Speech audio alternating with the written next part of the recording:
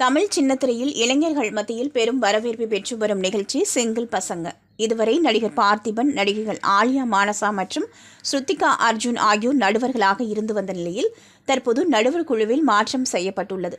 இந்த வாரம் முதல் நடிகர் பார்த்திபனுக்கு பதிலாக டி. ராஜேந்தர் மற்றும் நடிகை கனிகா ஆகியோர் நடுவர்களாக களமிறங்கியுள்ளனர். நிகழ்ச்சியை வேறு தளத்திற்கு எடுத்து சென்றுள்ளனர். நடிகர், இயக்குனர், தயாரிப்பாளர், எழுத்தாளர் என பன்முக திறமைகளை கொண்டவர் பார்த்திபன். தனது சமூக வலைதள பக்கத்தில் என் வாழ்வின் கார்காலம் என்ற தலைப்பில் ஒரு சுவாரஸ்யமான பதிவை வெளியிட்டிருந்தார். ஜி தமிழில் ஒளிபரப்பாகும் சிங்கிள் பசங்க என்ற நிகழ்ச்சியில் ஜட்ஜாக இருக்கும் அனுபவத்தை பற்றி அவர் தனது தனித்துவமான பாணியில் பேசியிருந்தார். பார்த்திபன் சிங்கிள் பசங்க நிகழ்ச்சியில் ஜட்ஜாக இருந்த அனுபவத்தை பற்றி, அது ஒரு புது அனுபவம். ஒரு திட்டமிட்ட கொலையை திட்டமில்லாத முறையில் செய்வது போல அந்த இடத்திலேயே எதிர்பாராத கமெண்ட்ஸ்களை நெருப்பில்லாமல் புகையாக, அடுப்பில்லாமல் கடாயாக, கடாயில்லாமல் வடையாக சுட்டு தள்ளிக்கொண்டே இருந்தேன் என்று பதிவிட்டிருந்தார்.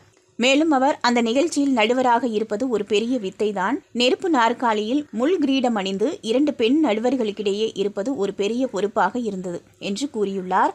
அடுத்த எபிசோடில் பார்வையாளராக அமர்ந்து அங்கிருந்தபடியே கமெண்ட்ஸ் அடிக்கலாம் என்று இருக்கிறேன். உண்மையில் ரசிகர்களே சிறந்த நீதிபதிகள் என்று அந்த பதிவில் கூறியிருந்தார்.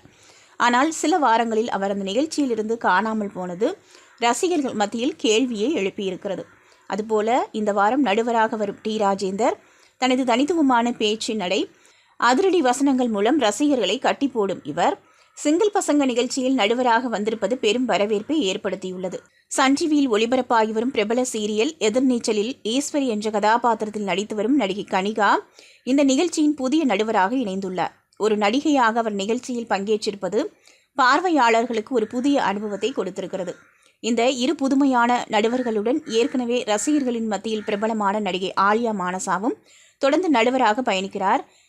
இந்த மூவரின் கூட்டணியும் நிகழ்ச்சியை மிகவும் கலகலப்பாகவும் சுவாரஸ்யமாகவும் மாற்றியுள்ளது.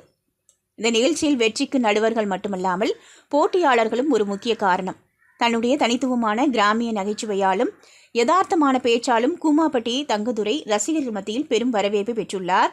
அவருடைய ஒவ்வொரு பேச்சும், உடல் மொழியும் சமூக வலைதளங்களில் மீம்ஸ்களாக பரவி வருகின்றன.